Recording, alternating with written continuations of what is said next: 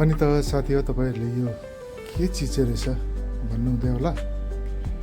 यो चाहिँ मेरो एउटा पुरानो एन्टिक सेक्साफोन छ र त्यो सेक्साफोनको स्ट्यान्ड बनाएको र यो बनाउने सामग्रीहरू चाहिँ क्याटीको क्यापलाई अलिकति मोडिफाई गरेर अनि यो मुनिको कालो चाहिँ टिभीको स्ट्यान्ड र त्यो स्ट्यान्डमा त्यसलाई फिट गरेर यो मैले बनाएको हो।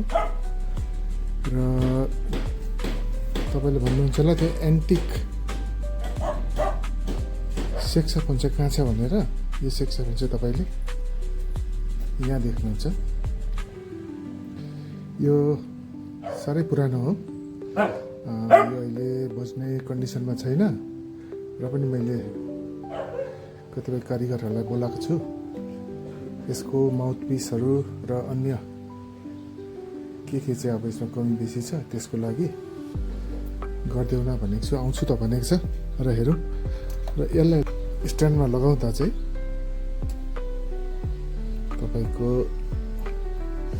यसरी लगाउनु पर्ने हुन्छ।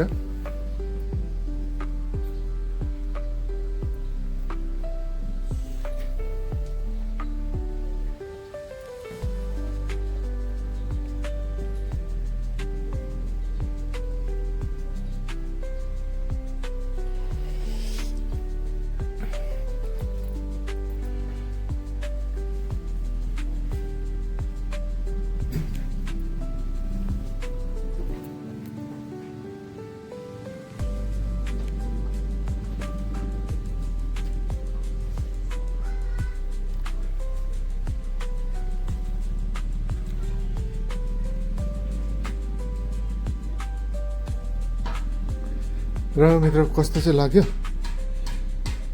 जरुर कमेन्ट गरिदिनु होला। Thank you.